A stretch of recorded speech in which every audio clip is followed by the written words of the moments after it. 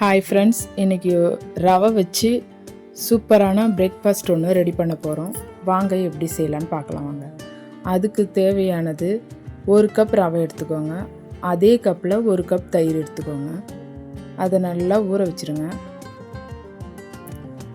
Mix பண்ணி வச்சுருங்க. அது 1 மணி நேரம் ஊறட்டும்.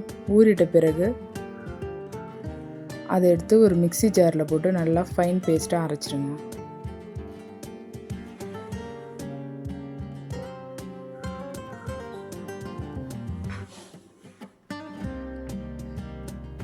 நல்லா அரைஞ்சிடுச்சு. இப்போ இந்த மாவுக்கு தேவையான உப்பு கொஞ்சமாக போட்டுருங்க. அதுக்கப்புறம் ஒரு பேனில் கொஞ்சமாக எண்ணெய் ஊற்றி கடுகு உளுத்தம்பருப்பு போட்டு தாளிச்சிருங்க. அது கூடவே கொஞ்சமாக பெருங்காயத்தூள் போட்டுருங்க. அது நல்லா வறுத்த பிறகு ஒரு ஆனியனை நல்லா பொடியாக கட் பண்ணி அதை சேர்த்துக்கோங்க. அது நல்லா வதங்கிட்ட பிறகு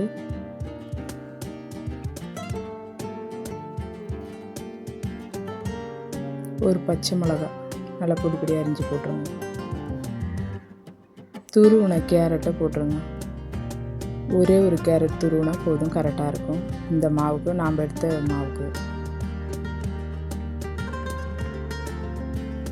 இது நல்லா வதங்கிட்ட பிறகு இதுக்கு தேவையான அளவு உப்பு இதில் போட்டு நல்லா வதக்கிடுங்க. இது கேரட்லாம் நல்லா வதங்கணும்.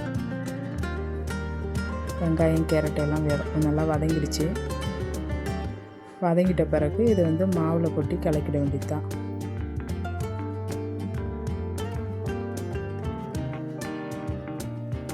மாவில் கொட்டி நல்லா கலக்கிடுங்க.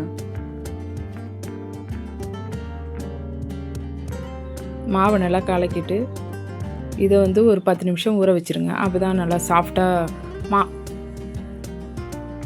இருக்கும் மாவு.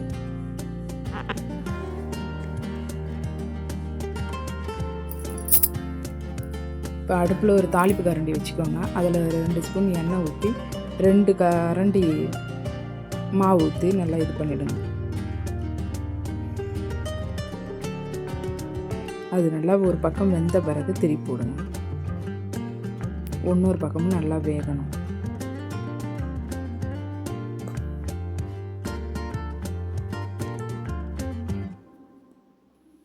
ரெண்டு பக்கம் வெந்த பிறகு எடுத்துருங்க. இன்னொரு இது ஊற்றுறேன் பாருங்கள். 2 கரண்டி மாவு நல்லா நிறைய ஊற்றுங்க. அதை சுற்றி எண்ணெய் ஊற்றிட்டு மூடி வச்சு சுட்டிங்கன்னா நல்லா ஃப்ளஃபியாக வரும். இது சூப்பராக வந்துடுச்சு பாருங்கள். இதேமாரி எல்லா மாவும் ஊற்றி எடுத்துக்கலாம். ரெடி ஆயிடுச்சு. இதுக்கு கார சட்னி சூப்பராக இருக்கும். எப்படி இருக்குன்னு செஞ்சு பார்த்துட்டு சொல்லுங்கள். சேனலை லைக் பண்ணுங்கள், ஷேர் பண்ணுங்கள்.